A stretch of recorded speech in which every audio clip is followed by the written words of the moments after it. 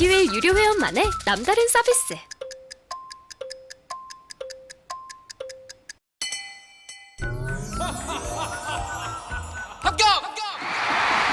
합격하고 돈도 받는 혜택. 오직 에듀윌 유료 회원에게만. 에듀윌. 무료 합격!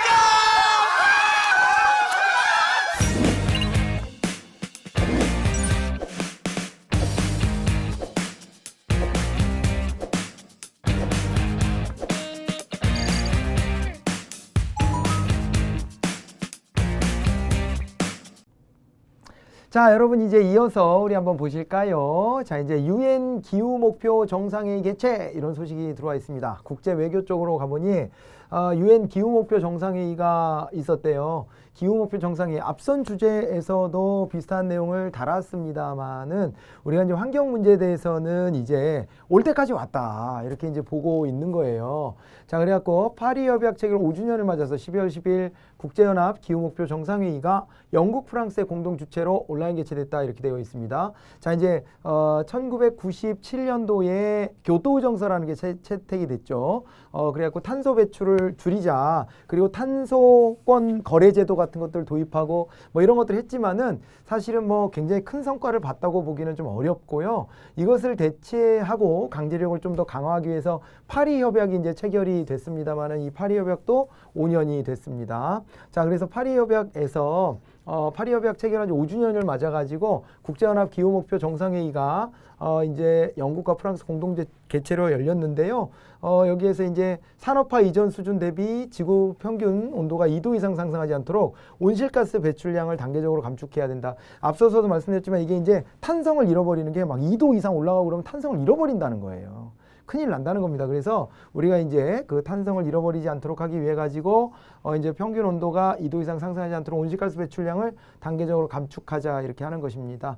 자, 이제 그래서 보리스 존슨 영국 총리가 2030년까지 탄소 배출량을 1990년 대비 최소 68% 감축하겠다 해가지고 이제 1990년 대비 늘어난 양이 있을 거 아니에요. 거기서 이제 68% 이상 감축하겠다고 이제 시사를 했다 이런 것이고요. 마크롱 대통령 같은 경우에는 새로운 화석연료 매장 탐사 지원을 중단하고 신규 석탄 공장 건설을 금지하겠다. 이거 되게 살을 깎는 고통이에요. 사실은 경제적으로 다 힘든 시기인데, 그런데 이제 이런 노력을 하다 보면 이게 비용이 그만큼 늘어날 수 있는 부분이기 때문에 상당히 쉽지 않은 결정이지만 이렇게 하겠다라고 지금 선언하고 있는 것이고, 중국이 지금은 이제 또 산소 배출량이 가장 또 많은 국가 뭐 이렇게 돼 있지 않습니까? 근데 시진핑 중국 국가주석은 2030년까지 탄소 배출량을 2005년보다 65% 이상 줄이겠다 이렇게 이제 계획을 소개하기도 했고, 우리나라도 이제 탄소 중립을 선언했지 않습니까? 문재인 대통령이 2050년 탄소 중립 목표 달성을 위해서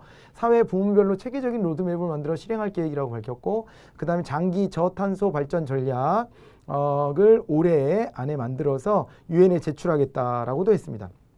2030년 감축 목표로 국가 결정 기여를 절대량 목표 방식으로 전환해서 상향 제출하겠다고도 덧붙여 놓은 상태입니다. 자, 탄소 중립이라는 용어 이거 좀 잘 이렇게 알아두셨으면 좋겠습니다. 자, 그리고 파리 기후 협약이라는 거 중요하게 이렇게 또 살펴보시면 좋겠네요. 자, 그 다음에 이제 북한 안보 쪽으로 넘어가 보도록 하겠습니다. 자, 이제 이쪽에서도 이제 법이 하나 통과가 또 됐는데, 대북전단 금지법을 이제 단독으로 처리했다 이렇게 돼 있습니다. 이것은 굉장히 좀 이렇게 대립각이 좀 큰 사안이다 이렇게 봐야 됩니다.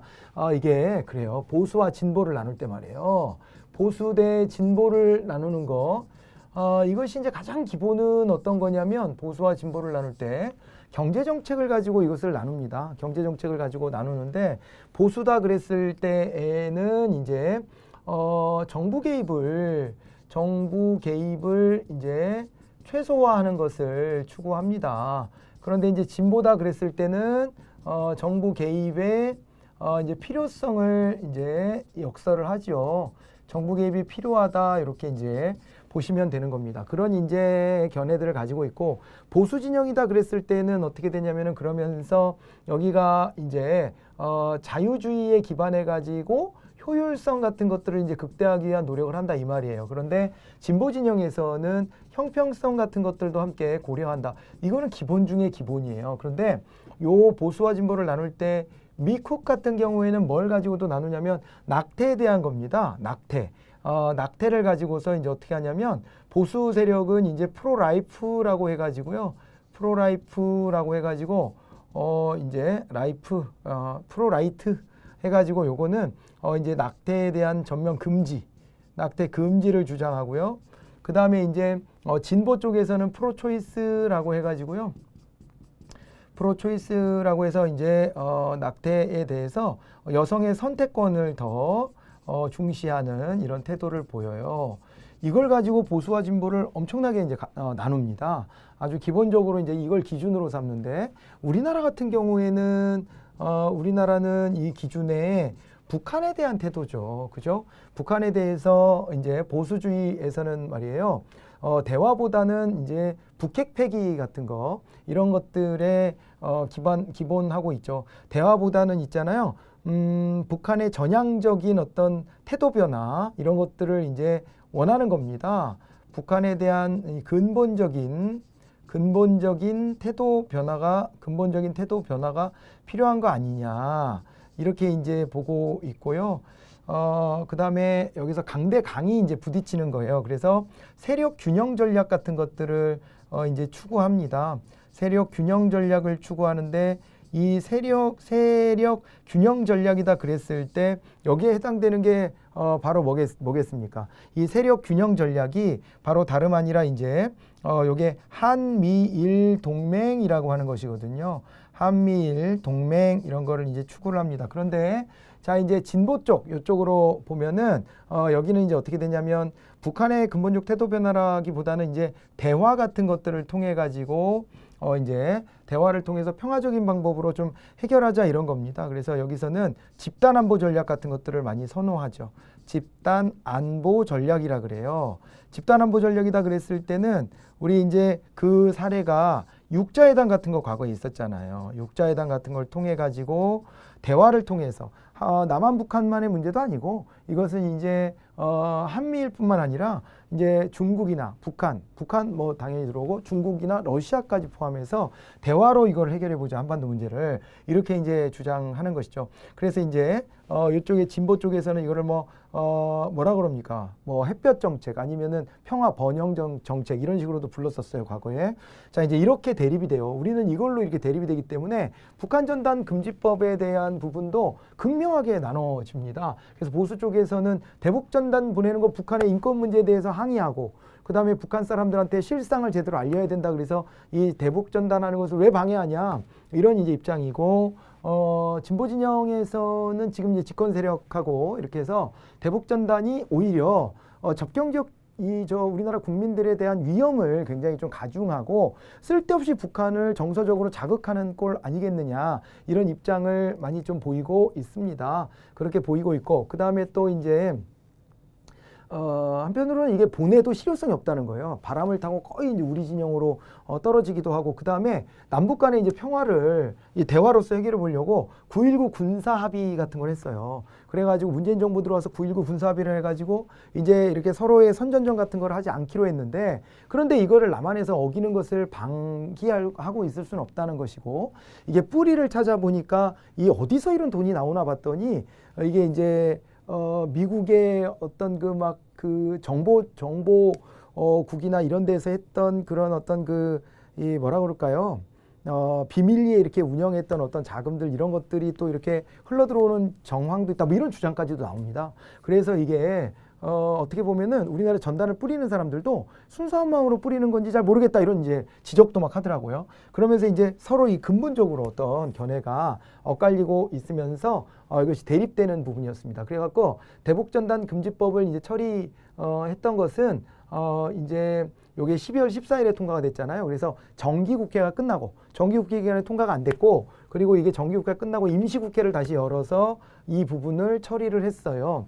처리를 하는데 요때 이제 야당에서는 필리버스터까지 했습니다. 필리버스터. 그래서 필리버스터는 이제 국회의 소수 세력이 국회 다수 세력이 법안을 일방적으로 처리하려고 할 때 그것에 대해서 이제 반대 토론을 무제한으로 할 수 있게 보장해 주는 겁니다. 무제한 반대 토론권으로 해가지고 필리버스터라는 것이 인정이 됩니다. 그래서 이 필리버스터가 이제 이렇게 진행되고 막 그랬었는데 이게 어떻게 되는 거예요? 이제 그랬는데도 뭐 필리버스터를 종결시키는 것까지 했습니다. 그 제도를 한번 이제 말씀드려 보면은요, 이렇게 이제 보시면 됩니다. 요거 다음 페이지로 넘어가 볼까요? 네, 아니다. 없네. 자, 여기다 이제 중간에 한번 써드려 볼게요. 이제 필리버스터라고 하는 게 있어요. 필리버스터는 이제 무제한 이게 뭐냐면 무제한 반대 토론을 인정해 주는 거예요. 이게 앞서서 봤었던 있잖아요. 몸싸움 방지법 국회법 개정이 있었다 그랬잖아요. 그 기억나세요? 자, 그래서 이제 무제한 반대 토론권을 대신에 인정해 줬어요. 몸싸움 하지 말고 말로 해. 이러면 말로 해. 그런데 필리버스터가 되려면요. 이건 이제 국회의원 제적이면은 현원, 총원이거든요.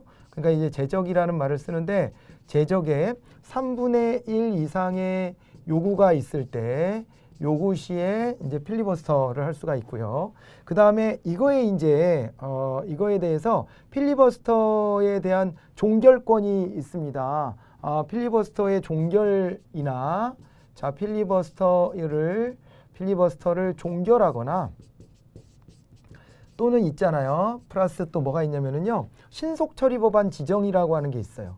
신속처리 법안 지정. 이거는 지정권 이렇게 하는데 이거는 국회 다수파가 다수의 힘으로 다수결 원리로 이걸 처리하려고 하는데 그것을 막아서는 것에 대해 가지고 못하게 하는 거예요. 다수결의 원리를 존중하기 위한 또 제도입니다. 필리버스터는 소수파의 반대 의견 표출을 이제 인정해 주려는 제도라고 한다면은 필리버스터를 강제 종결하고 그 다음에 신속처리 법안 지정하고 하는 권한을 다수파한테는 또 주고 있는 거예요.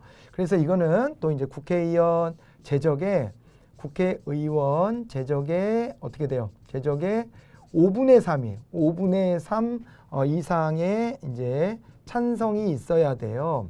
그래서 이게 보시면은요, 인원이 이게 매우 중요한 거예요. 이게 보니까 국민의힘 쪽에서는요, 지금 의석이 100석이 조금 더 넘어요. 그래서 이게 지금 보면은 거기서 의석을 잃어버리면은 자기네가 이 3분의 1선이 무너진다 그래갖고 굉장히 긴장 타고 있고, 그 다음에 또 이제 여당 더불어민주당 쪽은 지난번 총선 결과 170여석을 지금 확보하고 있고, 그 다음에 또 이제 친여 성향의 의석들이나 또 뭐 정의당하고는 사안에 따라서는 같이 연대도 하고 그러잖아요. 그런 걸 보면은 이제 180석 이상이 확보가 되기 때문에 그렇기 때문에 이제 5분의 3 이상을 확보해 놓고 있는 셈이에요. 그래가지고 이렇게 되면은 이제 5분의 3이라는 기준 자체도 굉장히 높은 건데 원래는 과반수니까 과반 이상만 확보되면 되는 것을 5분의 3까지 이렇게 이제 만들어 놓고 있는 것 아니겠습니까? 그래가지고 이런 부분들로 인해서 사실은 이제 이게 다수파도 굉장히 많은 다수다 이렇게 했는데 지금은 어떻게 보면 민주당이 거의 근사치까지 단독으로 이거를 가지고 있다는 것이 지금의 이제 힘의 어떤 그 균형 상태가 어떻게 기울어져 있는지를 보여주는 대목이기도 합니다. 아무튼 그래서 이 대북전단 금지법에 대해서 야권에서는 보수 야당에서는 필리버스터를 발동했었고 그 다음에 또 진보적인 여당에서는 필리버스터 종결권을 또 이렇게 발동을 하는 일이 이렇게 있었습니다. 그래서 이 규정도 하나 좀 알아두시면 좋을 것 같습니다. 자, 이렇게 되고요. 예. 서로의 주장이 부딪히는 것까지 설명해 놨으니까 그거 보시면 됩니다. 자, 그 다음에 이제 우리 문화미디어 쪽으로 한번 들어가 보도록 하겠습니다. 세계 11개 언어로 직지를 알린대요.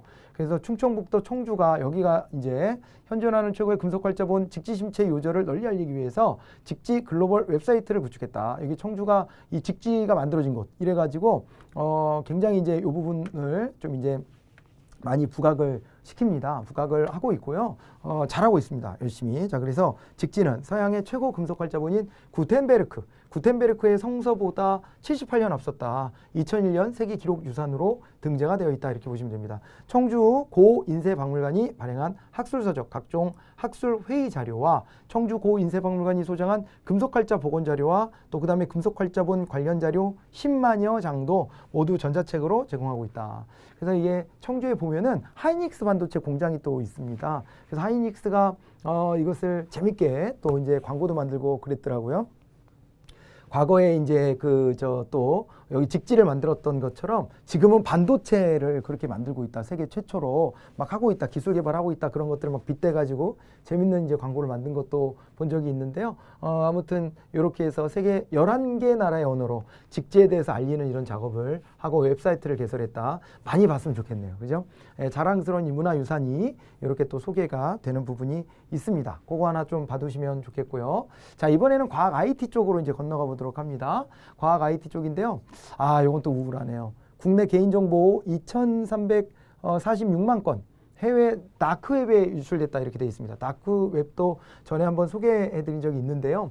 국내 웹사이트에 계정정보 등 2천만 건이 넘는 개인정보가 해외 다크웹에서 불법으로 유통이 됐다 이 말이에요. 개인정보보호위원회와 과학기술정보통신부는 12월 8일 국내 1362개 웹사이트의 계정정보 2346만여 건이 해외 다크웹에서 유통되는 불법 개인정보에 포함된 것을 확인했다.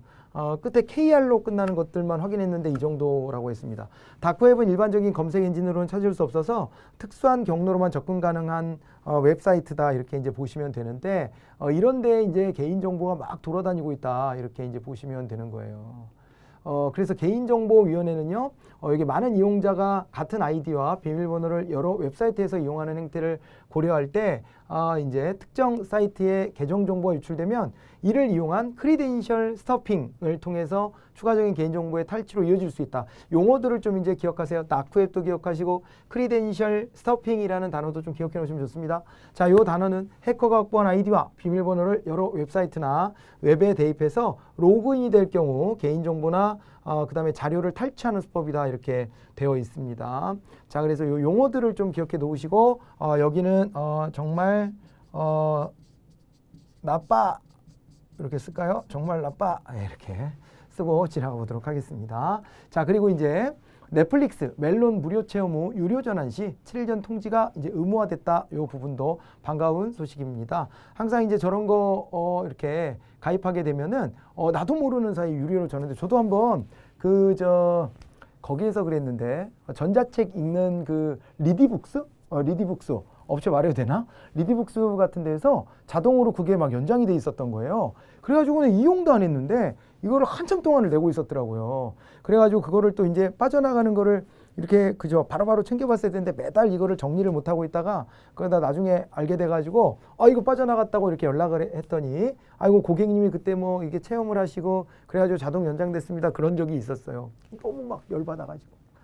막 그랬는데 이게 이제 제 불찰도 있지만 아무튼 이런 경우들은 좀 문제가 되지 않냐. 특히 요즘에는 이 구독 경제라는 개념이 있잖아요. 이 구독 경제가 굉장히 이제 핫한데 이런 부분에서 구독 경제에서 이렇게 어떻게 보면은 부당한 수입원을 갖는 거죠. 한 달 정도 세일해주고 2달, 뭐 3달 길어야 이렇게 해주고서 말이야. 그걸 가지고 한번 써보라고 이렇게 해서 홍보하는 수단으로 그걸 자기네가 삼아야지. 그걸 갖다가 나중에 쭉 연장을 해가지고 말이죠. 연장을 해가지고 이거를 이렇게 그 자기네들의 수입원으로 삼는다는 것은 이거 좀 너무한 거 아니냐 이런 이제 생각이 드는 거죠. 그래서 구독 경제라는 것은 신문이나 잡지를 구독하는 것처럼 일정 기간 구독료를 지불하고 상품 서비스 등을 받을 수 있는 경제 활동인데 이게 요즘에 보면은 이렇게 음악 사이트, 영화, 서적 뭐 이런 쪽으로 막 확장되고 있습니다. 구독 경제가 이런 쪽도 당연한데 요즘에는 막 이렇게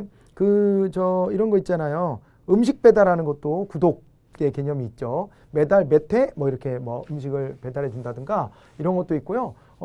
요즘에 보니까 파리바게트 같은 데에서도 샐러드 같은 거 있잖아요. 이런 거를 월 단위로 이렇게 끊으면은 그럼 세일을 해주고 막 이런 걸 해요. 예, 파리바게트 샐러드 비싸가지고 이렇게 사 먹기도 좀 막 이렇게 부담되고 그러거든요.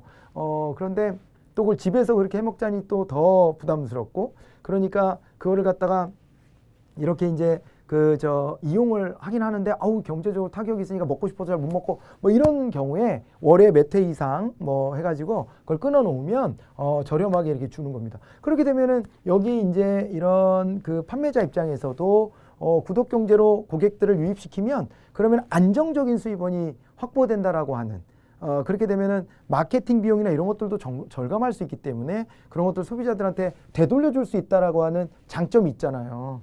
그렇게 되기 때문에 이런 부분들이 계속 이제 확장이 이렇게까지 다양한 영역에서 구독 경제라고 하는 개념들이 널리 퍼지고 있는데 그 속에서 소비자가 이렇게 의도치 않게 피해를 입는 경우들이 생기고 있으니 이런 부분들에 대해서 정부가 나서가지고 개선하겠다 이렇게 한 겁니다. 아시겠죠?